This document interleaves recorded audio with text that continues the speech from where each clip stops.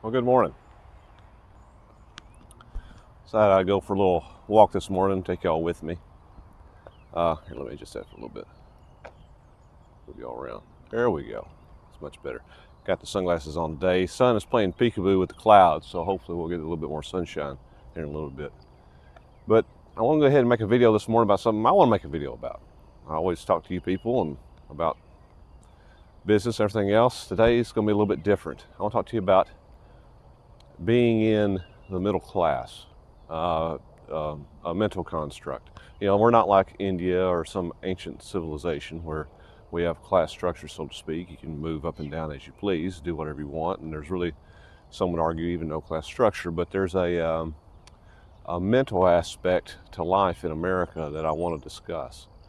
And I think I'm going to start that off. I wrote an article about this, but I'm going to start that off with a small discourse on our education. You know, our education system is predicated on the Prussian system. You know, something that came over with the Industrial Revolution. We want you to be in a chair by a certain time. We want you to be beholden to the bell. When it rings, you can get up from your classroom, you can go to the next class. And then at the end of the day, we'll tell you when the end of the day is, and then you can go home. Oh, and by the way, you only are allowed 15-minute breaks and a 30-minute lunch. And your lunch, you can provide it for yourself because that's your freedom, or you can buy what we have here on site. And that's to get you ready for the workforce, the workforce of the Industrial Revolution, the post-Industrial Revolution, because that's the way we work in America. You know, I think it was, what's his name, George Gilder? Perhaps it's somebody else, some futurist wrote, I think, at one time. It's amazing. We have all this technology to help speed things up and make things better, yet we still work 40 hours a week. Okay. Interesting concept. But that's just to start you off. That's to get you started. That's to condition you to be beholden to the bell. In this system, your most valuable thing in your life, which is your time given to you by God, is no longer your own. In fact, it's dictated by someone else. In many cases, you don't even get to study those things which you get to study. You are taught the things that we want you to know, whoever we is, and we changes from, you know, decade to decade or institution to institution. And that's just the way life is, and no one argues against that. We accept that. Okay, so now it becomes time for you to go out into the workforce, and the next thing we have sold you on is the American dream. Well, that's white picket fence and a house, right? I mean, you don't want to be some tent dweller or a oak tree came splitting down, or apartment dweller. We want you to be, how should we say, in your dwelling place, which we told you is good. We want you to have a house. You need a house. So, you know, housing prices really, over the past 100 and 120 years, have not changed a whole lot. I know they feel like they have. I know that. But it's not the house that has changed. Well, the house has changed. But the value of your dollar has changed. That's what's changed. And the size of the house has changed, right? I mean, I remember, you know, a 700, 800 square foot house, 1,000 square foot house back in the 1950s, and a family car was, you know, quite good. Now, if you have anything less than 2,500 square feet, you're a loser. That's the way everyone thinks about it today. I don't think that. I think if you have a 1,000 square foot house, you're doing great. But the reason that we only build those bigger houses now is because the way interest rates are and price of materials, and these contractors that build all these spec homes have to have a profit margin as well. So we don't build our own houses anymore, price of materials, but that's a whole nother sidetrack. Y'all know about that. But I say that to say this. We sold you on the American dream. You have to have a house. And your house is kind of a unique thing, isn't it? I mean, when we talk about the concept of ownership and how the Native Americans viewed ownership or didn't view ownership, and yet the way that we view ownership, you know, given to us over by common English law for the past 1,000 years. You know, I own a piece of property, I own the house, but yet the bank, which has the note on the house, has first rights to the house. But wait a minute, they really don't have first rights to the house. Who has first rights to the house? Your government has first rights to the house, because if the bank doesn't pay the property tax, just like you, if you don't pay the property tax, it gets repossessed by your local government. Now, how is that possible? I thought I bought this land. I thought I bought the house. Well, no, you didn't. See, you are allowed to live there so long as you make payments to either your government or your bank. Now, once you pay off the bank, then you just have to make payments to your government, but still, they own it. So, in the land of freedom, your most valuable asset given to you by God, which is your time, should not be your own. It should be somebody else's, some company, some entity that should take care of you. And your dwelling place, and mind you, you're going to show up to work when we tell you, and you're going to leave when we tell you. So we have captured your time, your waking hours, and you live in a place, a shelter, which you don't own. And if you don't give some of your valuable earnings from your enslaved time, we're going to take that from you too. So you live in a dwelling place provided for you by the government. Wealth is extracted from you by the bank, and your time is dictated by someone else. Don't you feel the freedom? I feel it too. Now, I'm going to see if you just can't get this. I hope they don't ban me for saying all these bad things. They're going to think I'm like Uncle Ted or something. All right, now, we got you in the house. We've got you working the job. We've got you selling your most valuable thing, which is your time, to one customer, which is your employer. You are so free. You are so free. Now, what we're going to do is we're going to set you up with a car. You need a car. Gosh, don't you need a car? You got to get to work. You've got to get to work. You need a car. And it used to be, when you got a car, it had roll-down windows. It had a carburetor. Gas was cheap. Life was good. And it's, 40s, 50s, 60s. No problem. But having mortgages on houses, we got to finance some more stuff. Don't we need to finance more stuff? We need to finance your car. Let us finance your car. Come on. Well, we started doing that. And as we were able to finance cars, that allowed the price of the cars to go up. Now, you could say the price of the cars hasn't gone up relative to wages, and I'd argue it kind of has, because they got a lot more features. And the reason they were allowed to have more features is because you were able to finance them. I mean, if I go out and buy today, this is 2025, a Jeep Grand Wagoneer, whatever they're called, up at the local dealership, that's a $110,000 car. Now, what on earth do I do with a $110,000 car? Now, I know the answer to that. It's over 6,000 pounds, and you get certain IRS 179 deductions if you're a business owner, and you can write that off on your taxes. I get all that. It's a tax code thing, and they didn't want to compete with Range Rover. I get it. But still, what are you building a car for that's worth $110,000? It's got four wheels and gets me from A to B and has air conditioning. It doesn't cost $110,000 to build such an animal. But you want your creature comforts. You want your heated seats, your vibrating seats, whatever, your 17-inch television in the dashboard, whatever that thing's got in it. I think it's got the little running boards that, fold down with little pistons. That's really cool. But now we've got you financed your car. So now you don't own your car. Oh, and by the way, you gotta pay taxes on that car, right? You can't have that car unlicensed with your local government, and then we ain't gonna let you drive it. So really, you don't own your car. So you don't own your time, which is given to you by God. We took that from you, and we tell you where to go and when to go and what time you can eat lunch. You live in a shelter that we have provided for you, because if you don't give some of your wealth that we're going to extract from you to the bank and into the local government, then that's going to be taken from you as well, and you're going to be living underneath the oak tree. And then also the car that you use to get back and forth to work, which takes up your time, and you drive on the roads.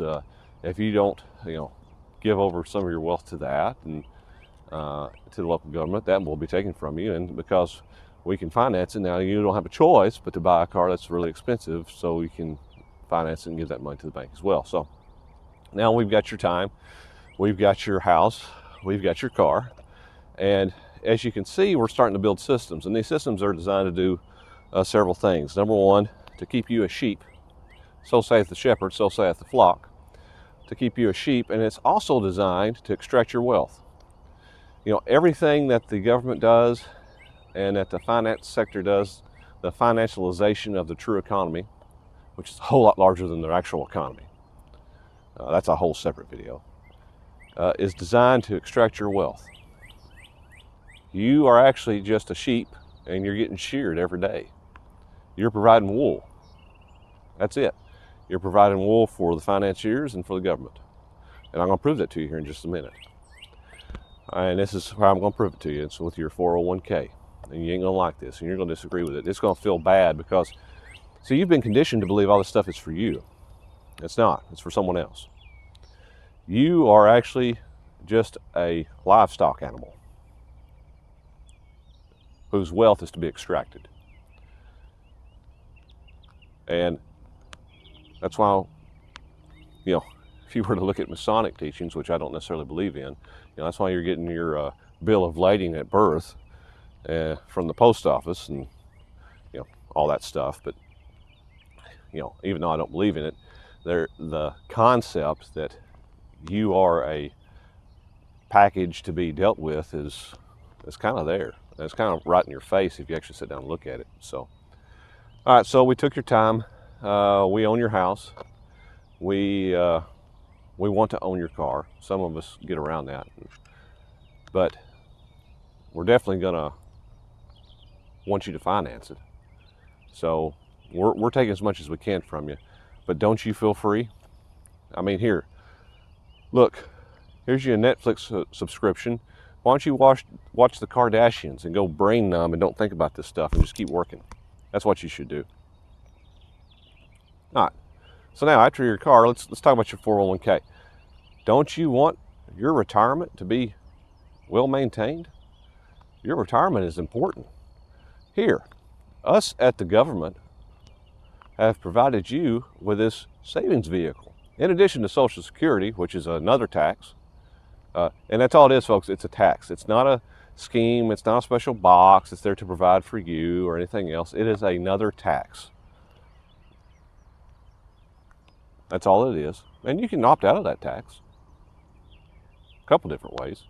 You go and research it. But the 401k, back to the 401k. Let's stay on topic. The 401k, you put money in. Who do you give that money to? Well, you give that money to be managed by Wall Street banks. I call it Wall Street banks. Sometimes they're not always on Wall Street, but you get the idea. Now, this is so clever. I love the 401k. I love the people that give into the 401k. I will buy the index. I will be wealthy. Everything will go well. And then 2008 hits or something else or something like that, or COVID or what have you. And, you know, the stock market goes down, but inflation comes up, and really you just kind of stay along with inflation, but it feels like you're doing something good, right? You're putting back, you're saving. We told you to save, and you're saving. And you're saving in an investment vehicle that will compound. You can't deny it. You're going to get rich in the stock market. Look at all these other people who got rich. Well, they just didn't buy the index. You know, if you were to actually look at the index of the stock market and look at how many companies are profitable, I'm going to give you a shocking statistic, and you can go pull it up yourself and see if I'm lying to you, but I'm not. 75%, you listen to me, 75% of publicly traded companies don't make a profit. 75%. So every week, your paycheck is going into buying stock into companies where 75% of them are not profitable. Keep doing it. That's a wise decision. That one right there. You'd be better off picking just 3 companies or 1 company that is profitable and putting into it. But no, you need to be diversified. Let me talk about diversity after I get done making this lecture right here. That 401k puts funds into that Wall Street bank. And that's called assets under management. And since most of these Wall Street banks, are fractional reserve banking system, they can get leverage on that, not because of fractional reserve banking, but simply because they're just a big bank. And they can trade multiples of what they have under management. And that's what they do. Basically, they're using your money that you put with them, which is spent to buy the index, and that's just, assets under management. So because our assets are so large, it's basically capital, and they can trade multiples of that capital. So your wealth that you're putting into this 401k scheme is just there for the Wall Street banks to utilize so they can make their trades. It's capital fodder. They don't care if you make money or not. It doesn't matter. In fact, you're going to keep sending that check every Friday. That's what's keeping the stock market propped up for so long, even though the true economy is unhealthy.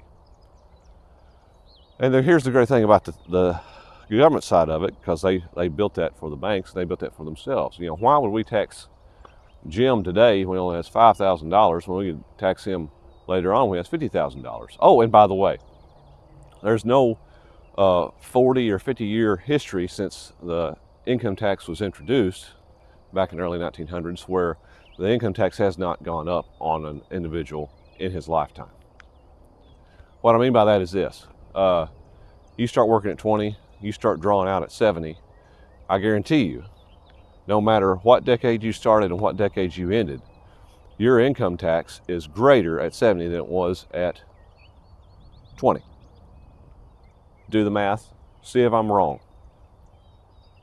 If I started in 1920 and I went 50 years, I started drawing out in 1970, my income tax is higher than it was in 1920.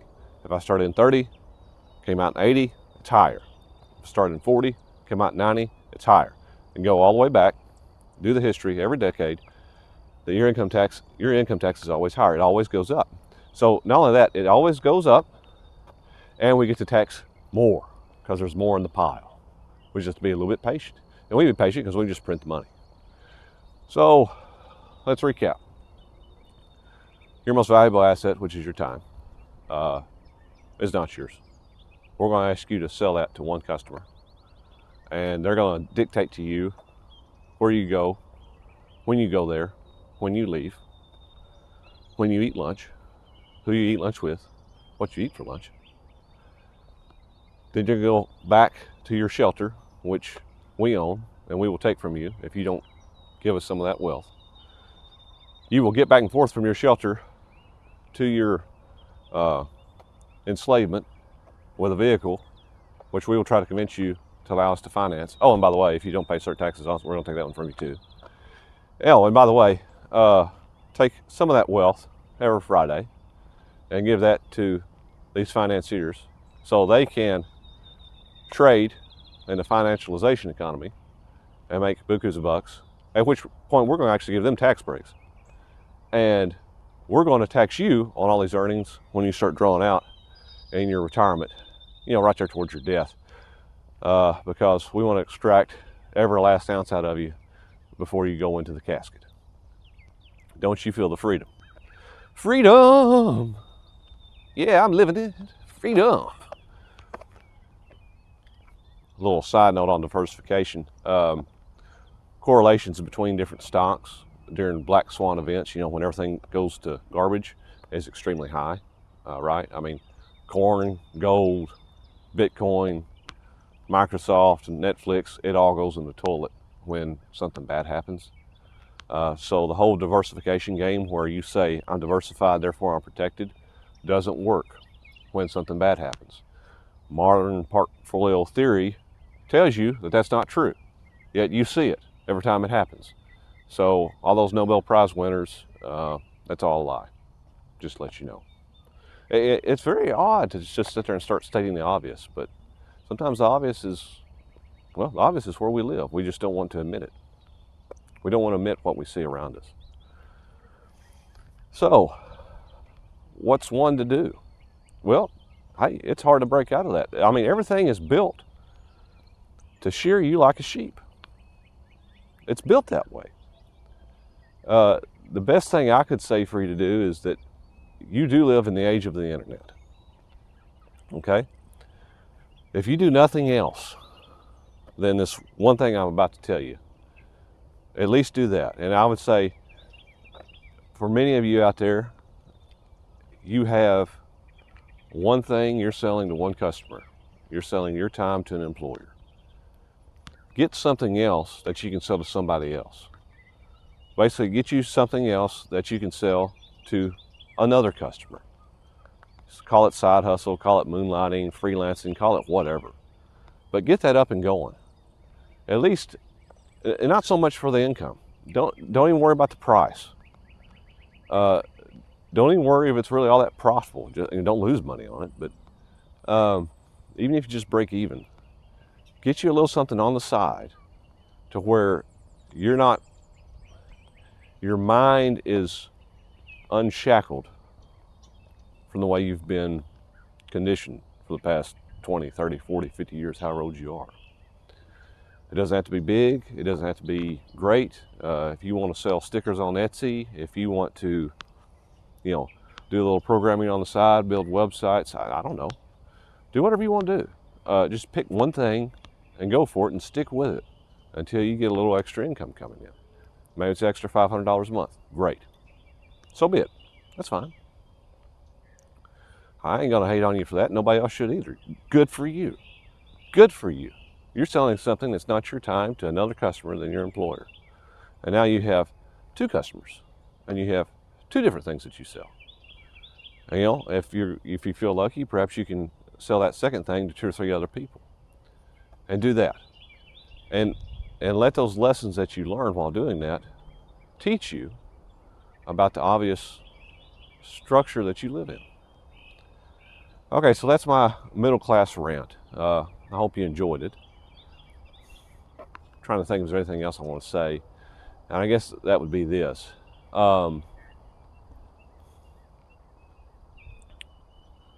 Stop being entertained to death.